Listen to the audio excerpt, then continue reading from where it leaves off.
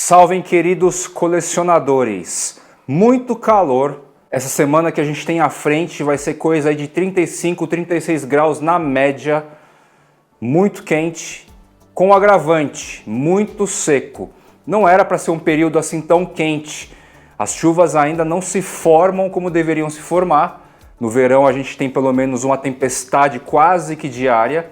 E dessa vez vem o calorzão e continua seco, sem chuva. Inclusive constatando em regiões específicas aqui de São Paulo, pela primeira vez, ou perto disso, a manifestação do clima desértico. Pode ser um pouco assustador até, ou muito assustador. E nesse contexto, então, de muito calor, constante, diário, mais de uma semana à frente aqui, e seco. Quais são as primeiras medidas aí mais emergenciais no cultivo para a gente remediar, equilibrar essa situação? As regiões subtropicais são quentes, mas assim, na faixa dos 20 graus e são muito úmidas. Excesso de calor também faz um mal danado para as plantas e o pessoal do norte e do nordeste sabe bem o que eu estou falando. Elas desidratam.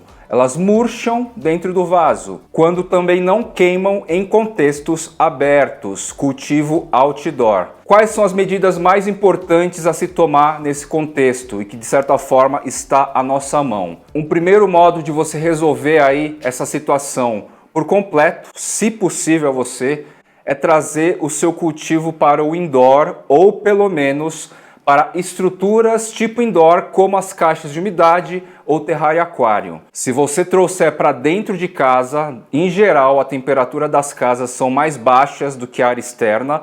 Lá fora está batendo agora 36 graus e aqui dentro está batendo 26 graus. A gente está falando aí de 10 graus mais baixo. Porque também eu tenho os umidificadores funcionando. Umidificadores ligados também ajudam a equilibrar a temperatura, a redução de calor. Cultivo indoor, se possível, seria uma solução então. E melhor, tendas, estufas verticais, como a minha adaptada aqui, com a trazida lá da Entre Raízes Botânica. São ambientes que é 100%.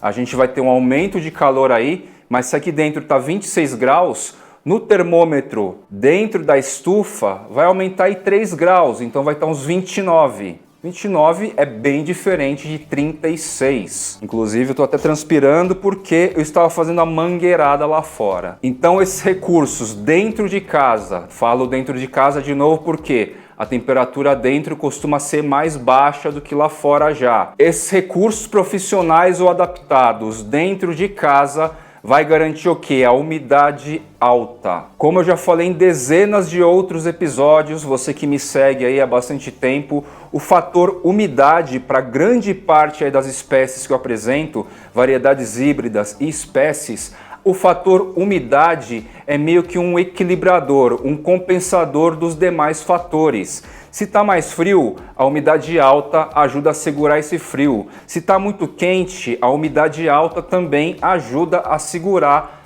esse calor. Então, primeira medida importante, outdoor. Se você tem planta só do lado de fora, com sombrite ou sem sombrite, mangueirada diária, mangueirada constante. Você vai proporcionar umidade alta e um segundo fator muito influente nessas condições de calor e secura. Os substratos vão secar muito rápido, ainda mais os nossos substratos que na média são muito aerados, porosos, seca no dia, às vezes. A minha área lá de cerrados, campos sujos, campos rupestres, tá secando ferozmente, tá? Vou deixar a imagem aí do Chrysophyllum imperiale, que sim, está num vaso pequeno, é hora de eu colocar num vaso maior, mas ele tá secando, ele tá murchando todos os dias, e eu tô excedendo com mangueirada lá.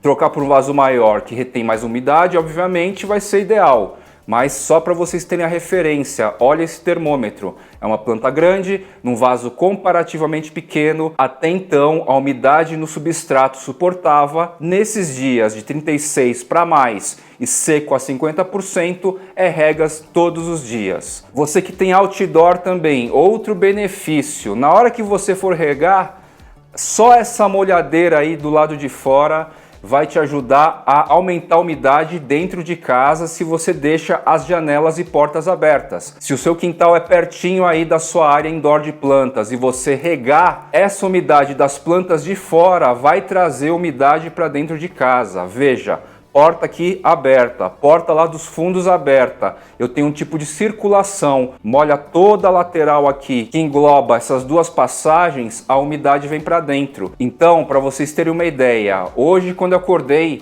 os termohigrômetros dentro de casa, com todos os umidificadores ligados, estavam marcando 55% de umidade. Tudo ligado, apenas 55% de umidade. Fiz a mangueirada aqui geral, passei uns 40 minutos, molhei o corredor do fundo da casa, molhei o painel paredão, dei uma reforçada aqui na estufa úmida, mesmo com os aspersores ligados. Aí depois, quando eu comecei a gravar o episódio, dei uma espiada no termohigrômetro, indoor aqui, aumentou 20%, de 55% aumentou para 75%. Essa umidade a mais, advinda das mangueiradas lá fora, nesse sistema integrado, com as portas e janelas abertas. Isso aqui vai durar pelo menos aí 1 hora, 2 horas. E aí o que eu vou fazer ainda? Vou pegar o borrifador e vou dar um boost aqui, porque a umidade aqui ajuda a se manter se aumentar a carga de água geral. Em outras palavras, os umidificadores eles não estão rendendo nessa secura e nesse calor, tá? Então eu vou dar uma complementada aqui. Se eu não quero ver as folhagens começarem a ressecar, né? A ficarem feias e tal.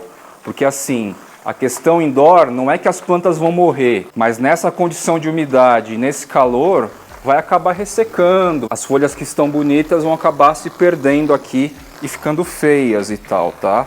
Fora que existe uma sofrência, assim, desnecessária, né?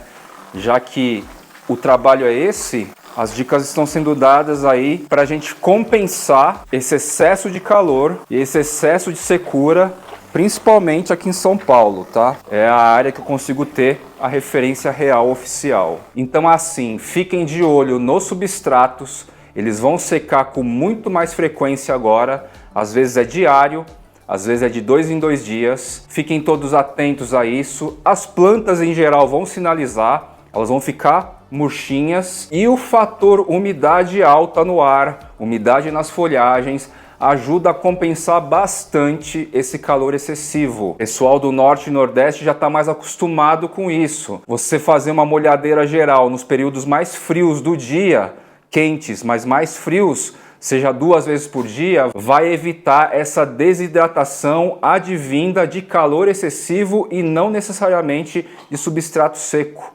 Calor excessivo. Então a água vai ter 2 propriedades importantes aí nesse contexto de 35 graus para mais a 50% de umidade e em dias constantes, que primeiro é a rega, básico, quase que lógico para todo mundo, e segundo, o mantimento, a manutenção da umidade alta no ar. Repetindo, o fator umidade, quando alta, ele compensa os distúrbios aí possíveis de desidratação mediante a um calor muito grande e muito constante. Se fosse um dia só assim e amanhã desse uma chuvinha, estava tudo certo. O planeta aí, a região estaria fazendo uma compensação. Mas o fato é que a gente já está aí entre 7, 8, 10 dias seguidos assim. Calorão de verão, sem chuvas. Nada, zero. Quem tem na área externa uma estufinha com sistemas de aspersão, conhecidos aí, o que a gente está fazendo? A gente tem aumentado a frequência de abertura, de ativação da aspersão e o tempo de abertura. Então aqui está numa frequência inicial de 2 em 2 horas, depois passa para 1 em 1 hora, só que ao invés de eu deixar apenas 2 minutos, eu estou deixando 4 minutos, tá? O córregozinho que se forma lá e que molha lá, banha o Taumatophyllum híbrido, que explodiu depois desse córregozinho de excesso da água que sai daqui para a garagem, secou, tá? Isso eu nunca vi.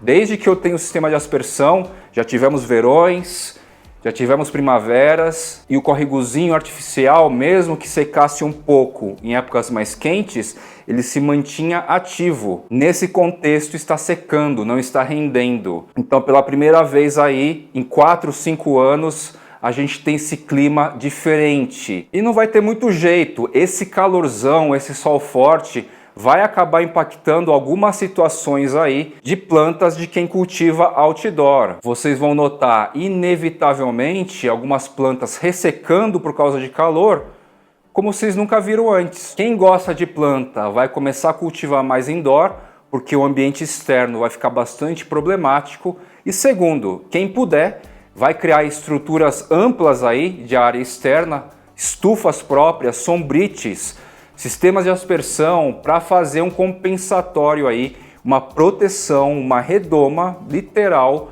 para as novas adversidades climáticas que a gente vai se deparar nos próximos anos. Então, à medida que o clima for se tornando mais drástico, e essa é uma tendência física estudada, pesquisadores sabem disso, a gente vai buscar aí meios compensadores da gente sentir menos essas realidades, porque se a gente vê as plantas definhando, a gente vai viver o problema. Então a gente cria situações aí compensatórias, temporariamente compensatórias, para proporcionar aí um equilíbrio, já que o clima está desequilibrando.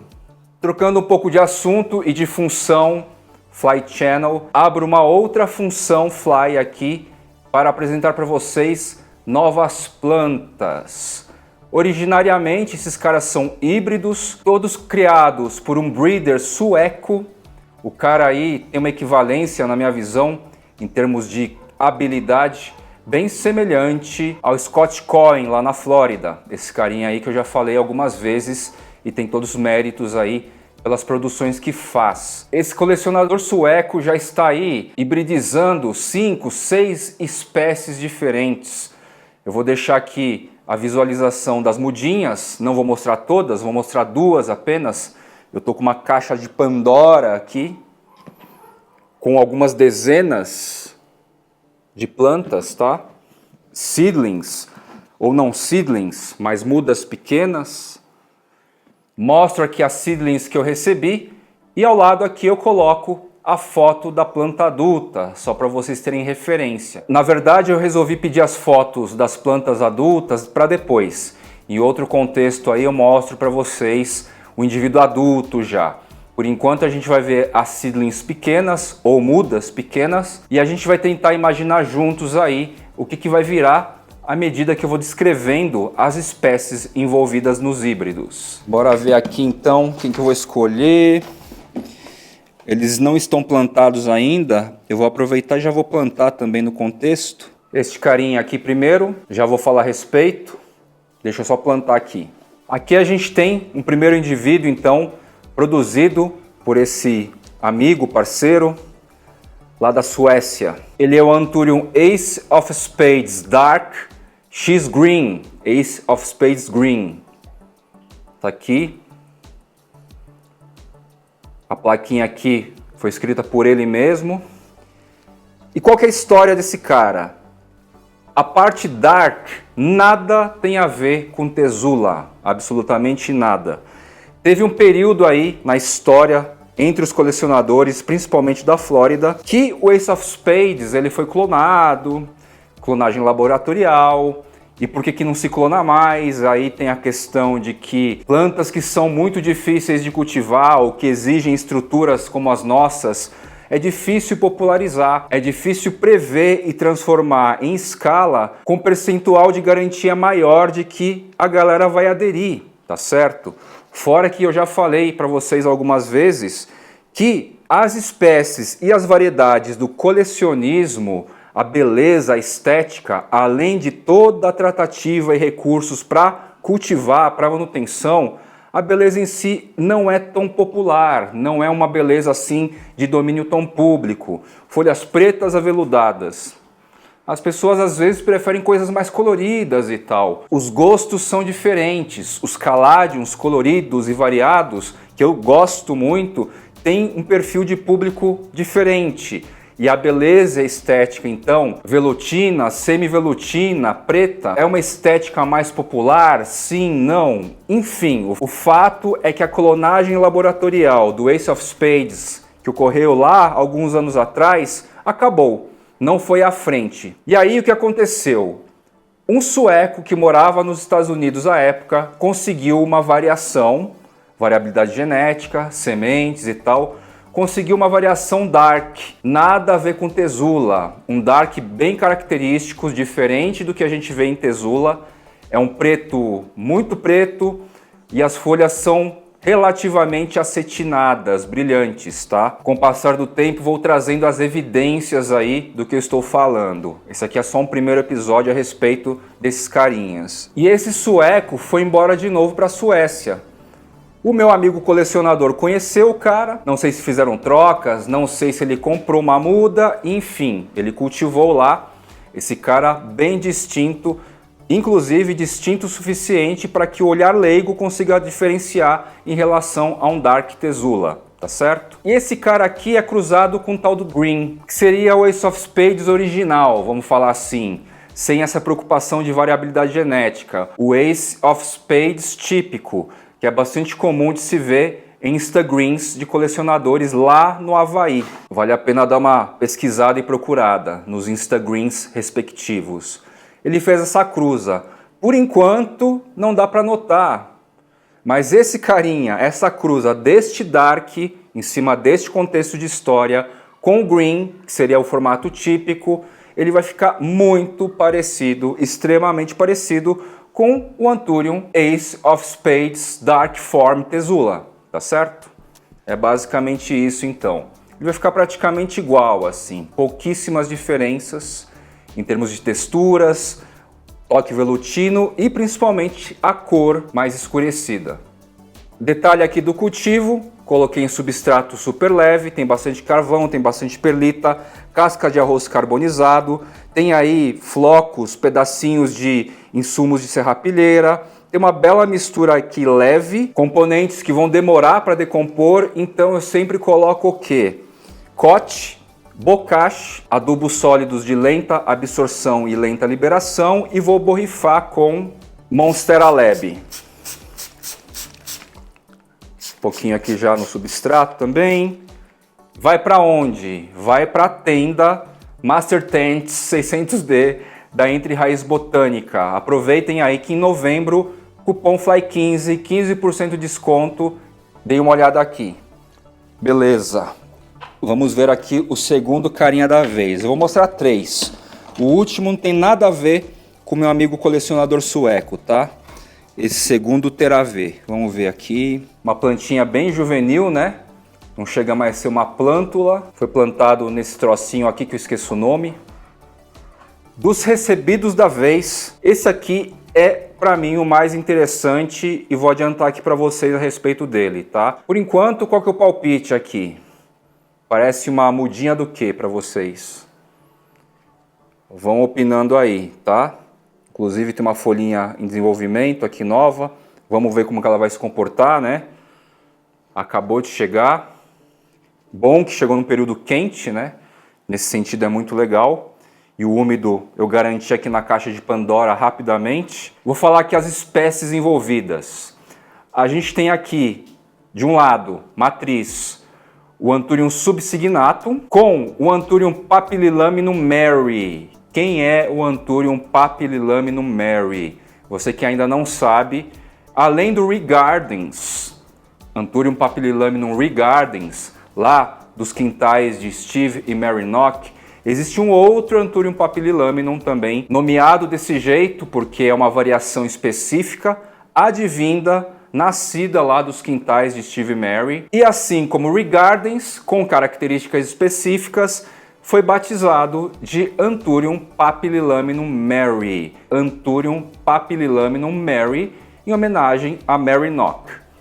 Então tá, subsignatum e Papi Mary matriz. Do outro lado, do lado do pai da planta doadora de pólen, é o FSXRL.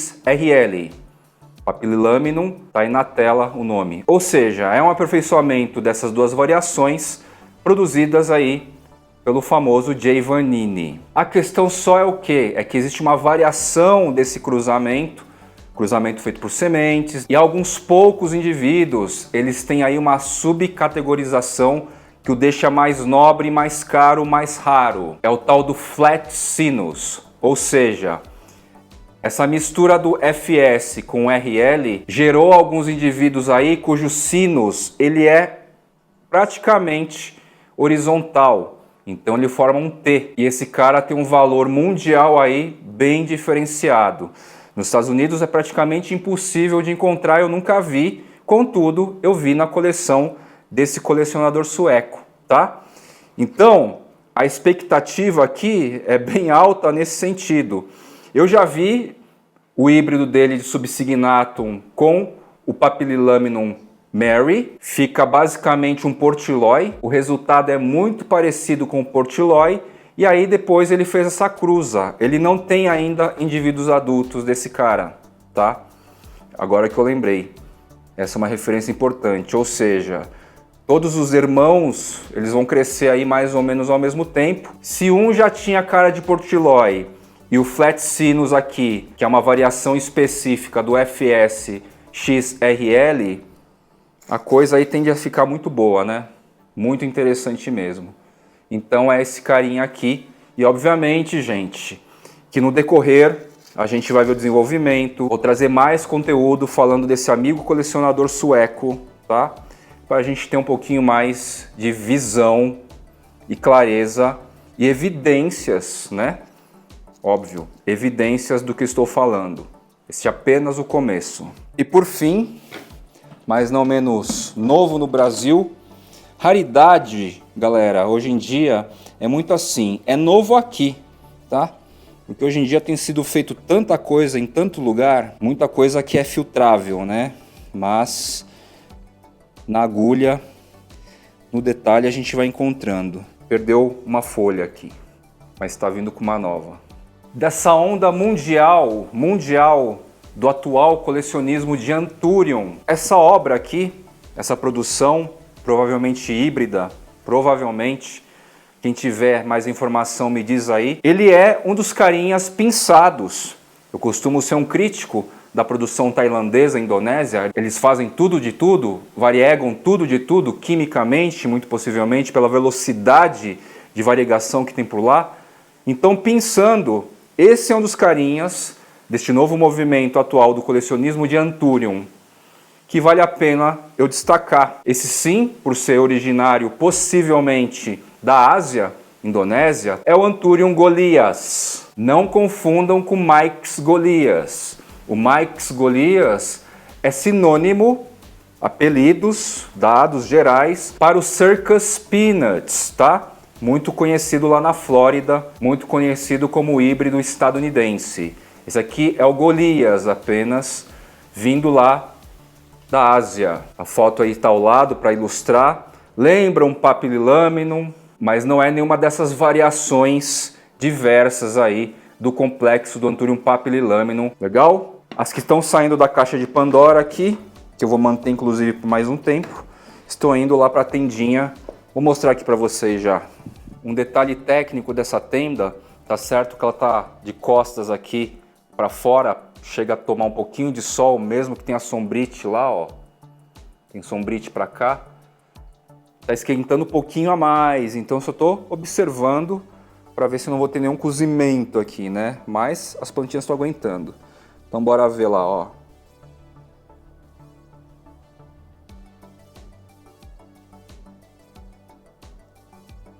Tô deixando esses carinhas aqui, os que eu tô tirando da nova caixa de Pandora estão vindo para cá. Aproveitamento total do cultivo indoor aqui nessa estufa profissional. Abri o episódio aí com um tema importante que provavelmente vai fazer muito sentido para viventes aí, colecionadores viventes em diversas regiões do Brasil, inclusive o Sul. Marcelo Degutti comentou para mim, inclusive, que estava 30 graus lá e que isso já estava muito calor. Imagina 36, Marcelo. Deixa eu ver aqui. 36 graus nesse exato momento. Muito calor e seco. E dei sequência aqui para algumas novidades desta caixinha de Pandora. Promessa é sempre trazer novidade, né, gente? Então aqui a gente tem coisas graúdas. Caixinha de Pandora não é mera analogia. Então foi assim, meus queridos colecionadores, mais um episódio do Jardineiros Urbanos por Fly. Bora cuidar das nossas plantinhas da melhor maneira possível nesse período climático bem louco, de muito calor, dias seguidos e seco. Vou ficando por aqui e até o próximo. Valeu!